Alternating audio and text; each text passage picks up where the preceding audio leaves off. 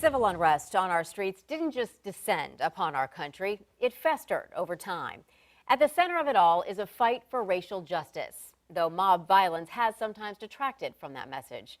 Tonight, Tom Schaad sat down with a former police chief for a courageous conversation about the law and what it means in this time of protest. Yeah, the former chief of police in Virginia Beach will tell you we have an obligation to redress our grievances. But Jim Severa also says that comes with a civil responsibility, so everyone's voice can be heard. Part of that responsibility lies with police, whose role is protect and serve.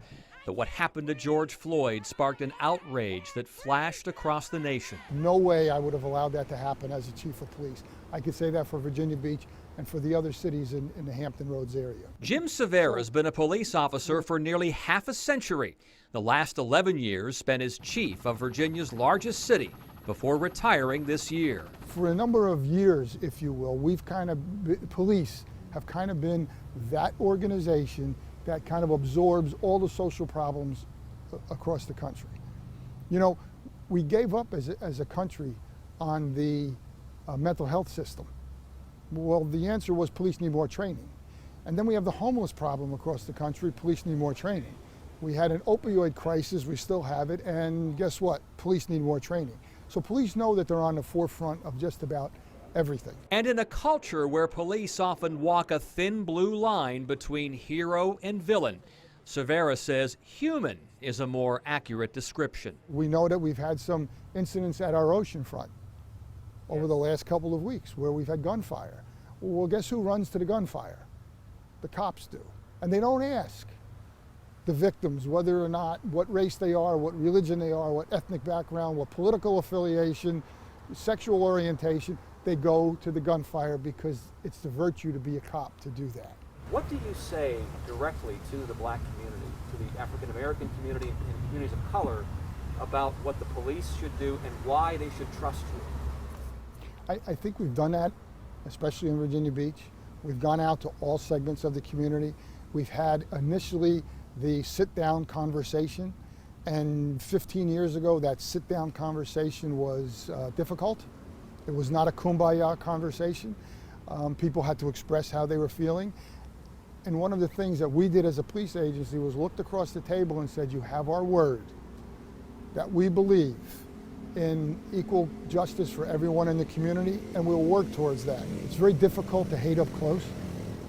And if I'm speaking to you eyeball to eyeball, and we both have the same end goal in mind, the same goal, if you will, which is to create a better world, we'll work together on it. Everyone has biases. What we try to get the officers to do is to recognize what that bias might be and to counteract that bias. In the last decade in Virginia Beach, arrests and traffic tickets have dropped about 40% because we went to a fix-it model rather than a charge model. At the same time, property crime and violent crime also reduced 40% because we refocused. Do we want the violent crime to decrease, or do we want to make basically meaningless, inconsequential minor arrests? We refocused on the major cases. None more major than May 31st of last year, when police killed a man who murdered 12 of his co-workers. After they confronted the individual, and they were not going to let him out of that door. They were not going to let him down the hallway because they knew what would happen if they did that. After he went down and they were able to get into the room, the first thing they did was provide medical assistance to that individual. And he had just shot a cop and 16 other people. Why? Because they truly believe in the sanctity of life. We need to get that word out to the community more and more and more. But the word now is defund, the battle cry of many activists and politicians. Rather than an emotional reaction of just defunding police, it should be a pragmatic conversation to say, how can all these other city agencies assist the police? We've come a long, long way from where we were 40-something years ago. And now where do you see the future going?